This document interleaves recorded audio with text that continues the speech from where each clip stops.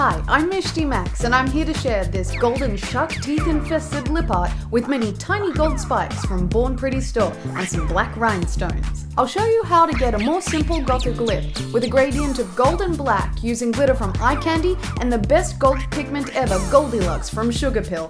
And then I'll take it all the way to this scary, brutal lip art that I pretty much just winged and kept applying stuff to my lips with Embelly Jelly until I was satisfied. For the spikes or any other embellishment from Born Pretty, I have a discount code and a link in the description box that gives you 10% off any order. Check the description box for links to my blog for product details and more pictures. Let's get to it. Before I start, as always, I moisturize my lips with any lip balm you like, and today I'm using Palmer's Cocoa Butter Formula with Vitamin E. Then after the lip balm has soaked in for a while, I use a cotton bud to remove the excess and lightly exfoliate my lips. I prime my lips with MAC Prep and Prime Lip Base, which reduces feathering and fills in lip lines to create a smooth canvas to work on. I grabbed my favorite highlighter, MAC Whisper of Guilt Extra Dimension Skin Finish, and I highlighted my Cupid's bow using my finger to blend out the shiny gold shade. Then I used NYX Slim Lip Liner in Blackberry to outline and shape my lips, concentrating on a pointed Cupid's bow and overdrawing my lips to accommodate the nutty lip art embellishments to come. I also took the black pencil in towards the center of my lips from the corners, thickening the whole perimeter and covering my lips except for the center. Then I took Urban Decay 24/7 eye pencil in El Dorado, which is a light gold shade, and filled in the center of my lips. I also began blending the inner edges a bit by pressing my lips together. And there we have that. I used Portland Black Lipstick Company black lipstick and a MAC 266 angled brush to intensify the black border. I took some of the product onto the angled brush because the lip balm style tube of this lipstick makes application a little difficult, but the lipstick is quite opaque, so I like it. Also, the angled brush really helps to get clean edges around the lips and a defined Cupid's bow. I brought down the product towards the center of the lips with the brush, pulling it in from the outer edge down, which also will aid in the blending process. And don't forget those corners with the black lipstick too.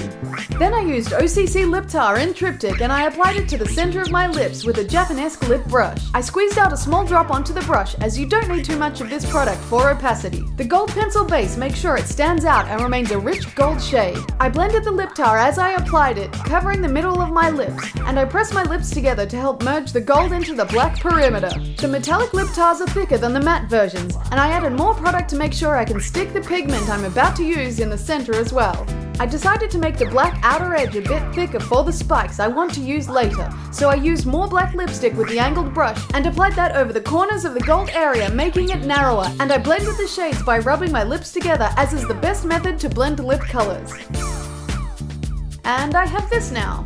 And to bump up the gold and make it really metallic, I used the best gold pigment ever from Sugarpill called Goldilux, and I applied that with a Sigma E70 medium angled shading brush. I tapped the end of the brush into the pigment lid so there wouldn't be too much product on there, so I can give the edge a blended appearance. After I dusted the pigment onto my lips, I then took my finger and applied a more intense layer, completely covering the very center. I also took the angled fluffy brush again to blend out the gold a bit more. I also took some more Goldilux on another small fluffy eyeshadow brush to get the gold to blend out the way I wanted it. I also took more black on the MAC angled brush and cleaned up the corners. I removed the excess in the center of the lips with a Q-tip as usual. Then for more pizzazz on the center of the lip, I got out Eye Candy Bananarama Sprinkles, which is a golden glitter, and I used my finger to apply it all over Goldilux, pressing my lips together to blend again. Then I took the eyeshadow brush from before to blend the glitter around the edges of the gold area on my lips, taking it a bit further into the black corners. You can leave the lips simple and kinda gothic like this, as I wore it out to the Hobbit movie last year, or you can amp it up the way I like to do for most of my lip art. So I took these 3.5mm conical gold spikes that I received from the Born Pretty store, and a big thanks to Cynthia for that, by the way. And then I took my Duo Clear eyelash adhesive and a toothpick, then applied some glue to it and deposited the glue onto my lips, starting at the edge of the gold area with 3 dots closest to the center, then 2 next to those, and 1 more dot beside those in a line. I matched the pattern on my top and bottom lip as close as I could. I let the glue dry for a bit and then picked up the gold studs with a pair of tweezers, and I placed them over the dots of glue. I've found that the smaller spikes are harder to place than larger ones I've used in previous tutorials, and I've also found that it's best to orientate the spikes with the tweezers for easier application, and to make sure you hold the spikes down on your lips for a while till they are well attached. You can also apply the glue directly to the spike, blow on it and let it dry for a while before placing it on your lip. But as I went on, I found an even better way when doing the other half of my lip. And that's half the spikes done. So here I figured out the best way to apply the spikes and the glue was to squeeze out a blob of the glue onto a surface like the back of your hand or a bit of paper and let it sit there for a while to become a little tacky. Then use the toothpick to apply the partially dry glue directly to your lips, and then the spikes will stick quicker and easier. Don't forget to still press the spikes onto your lips after applying them onto the glue spot. When I figured out that way to stick the spikes down, it went a lot quicker. Think of it like false lashes. You want the glue to be tacky so the band sticks to your lash line and doesn't slide around. And in a technical respect, sticking spikes to your lips is no different. And also, as you go along, to replenish the glue blob you're working from on your surface so you always have some tacky glue to dip your toothpick in. And try to match the design on the other side of your lips. So after playing with the cool gold spikes, I had this design, but it still wasn't crazy enough for me. So I decided to keep applying the embellishments until I was satisfied with the look. I rummaged around and got out these black 3mm rhinestones, which I bought off eBay, and also Scrap Perfect Embelly Jelly, which is an indispensable product to have if you use many embellishments in any sort of art, nails, or makeup. So with this wax on the end of the stick, I was able to easily pick up the rhinestones and apply them quickly around my lips. I went back to my tacky glue and the toothpick and began to apply dots on my lower lip between the gold spikes around the perimeter. Then I picked up the rhinestones with my beloved Embelly Jelly and placed them over the glue.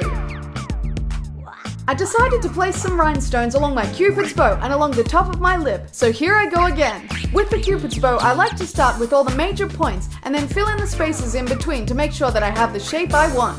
Whether you're lining your lips with a pencil or rhinestones, it pays to be mindful of the shape you want and measure out the points from there.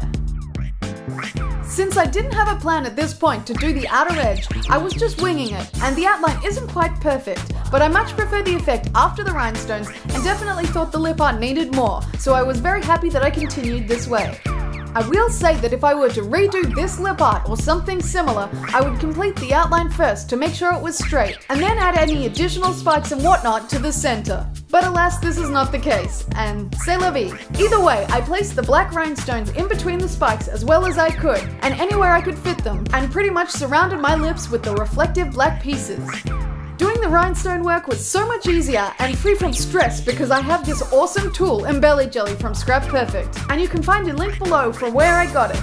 It's seriously amazing because putting on that many rhinestones was actually quicker than putting on the mere 28 spikes on the rest of my lip. So all I'm saying is I wouldn't be doing this lip art without it. Sorry if I sound like a corporate shill, but I just can't help promoting items that I really dig. Anyway, I went around and completed the outline of the entire lips, fitting in the rhinestones as best I could, getting around the spikes. Then there was still something missing, and it didn't quite look finished to me. So I grabbed some of that real sticky icky ooh-wee, and I applied it with the toothpick on the inner rim of the black. Then I used the tweezers and picked up the gold spikes to fill in the upper line following the Cupid's bow shape, and along the lower lip too, adding more glue where needed. Another little tip is holding the spikes in your hand while you're working, because it's easier to pick them up with the tweezers that way. And finally, after that magical journey through the spiky forest of gold glitter and black lipstick, I finally settled on this. The name Golden Shark Teeth came to me in part because my dad said the spikes looked like layers of extra teeth the way a shark grows his, and I liked the idea of that menacing spikiness being associated with his beautiful but deadly lip art. Seriously, these small spikes are really sharp, unlike the big ones, which are just fine. And no, I wouldn't kiss anyone wearing this lip art, unless I wanted to seriously injure them, of course. I also used the Born Pretty gold 3mm spikes in these flaming gradient spiked nails, and you can check out that tutorial in the description box. Also, don't forget to check the description box for my discount codes for Born Pretty and Scrap Perfect, as well as a link to my blog for the product details and more pictures. Thanks for watching. I hope you enjoyed another obscene lip art creation from the mad mind of Mishti Max, and subscribe for more tutorials. Click the little boxes if you want to see other tutorials of mine. You can check out my social media jiggity jiggities linked in the description box. I'm Mishti Max everywhere, and I'll see you there. Also check iTunes for my podcast and music. Mishti Max.